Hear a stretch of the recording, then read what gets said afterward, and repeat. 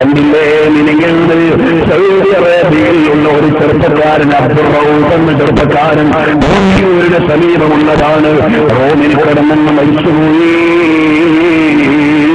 22 23 വയസ്സല്ലേ.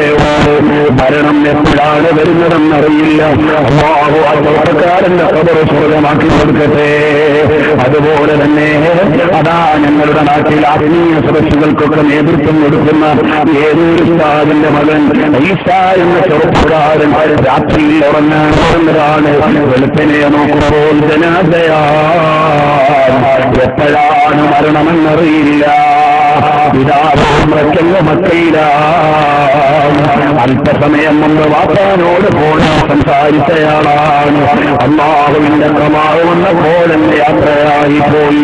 കണ്ടില്ലേ റമദാനിൽ 40 വയസ്സുകാരനായ സുന്നത്ത് ജമാഅത്തിന്റെ ആദർശ രംഗത്തെ പ്രഭാഷകനും പണ്ഡിതനുമൊക്കെയായ അയ്യൂബ് അൻസാരി നോമ്പ് തുറക്കാരൻ വീട്ടിലേക്ക് പോവുകയാണ്. മടിക്കേരിയിൽ വെച്ച് എല്ലാ വിഭവങ്ങളും വീട്ടിൽ ഒരുക്കി വെച്ചിട്ടുണ്ട്.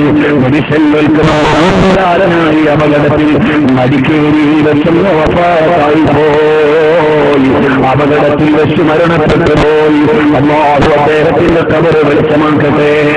അതാ 2 ചോര മക്കൾ അതാ കൊച്ചുമക്കൾ യതീമുകളായി നിൽക്കുന്നു.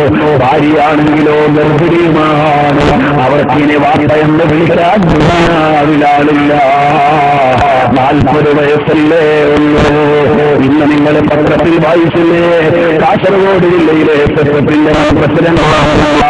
അതുപോലെ മുഹിമ്മാത്തി എന്ന സ്ഥാപനത്തിന്റെ മാനേജറായിരുന്ന സഖാഫി എന്ന 41 ഇവിടെ മരണപ്പെട്ടു പോയി.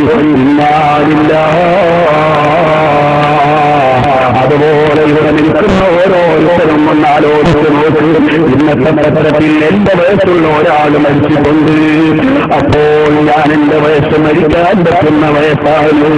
ഈ നിൽക്കുന്ന ഓരോരുത്തരുടെയും വയസ്സുള്ള ആളുകൾ മരിച്ചിട്ടില്ലേ? പിന്നെ എന്തിനാണോ ഞാനും നീയും ഗമനടിക്കുന്നത്? എന്താണോ എന്റെയും നിന്റെയും കയ്യിൽ പവർ പറയാനുള്ളത്? അവസാനമായി ഒരു പിടിവള്ളിയേ ഉള്ളൂ. ഞങ്ങളുടെ കയ്യിൽ അമലുകളില്ല. ലോകത്തിന്റെ മേധാവ് മുഹമ്മദ് റസൂലുള്ളാഹി സ്വല്ലല്ലാഹു അലൈഹി വസല്ലം തങ്ങളെ കണ്ട് വെള്ളിയാഴ്ച അല്ലെങ്കിൽ തിങ്കളാഴ്ച അവിടുന്ന് പൊരുത്തപ്പെട്ട നിലക്ക് അവിടുത്തെ കണ്ട് മരിക്കാൻ ഞങ്ങൾക്ക് ഭാഗ്യം നൽകണേ അല്ലാഹ്.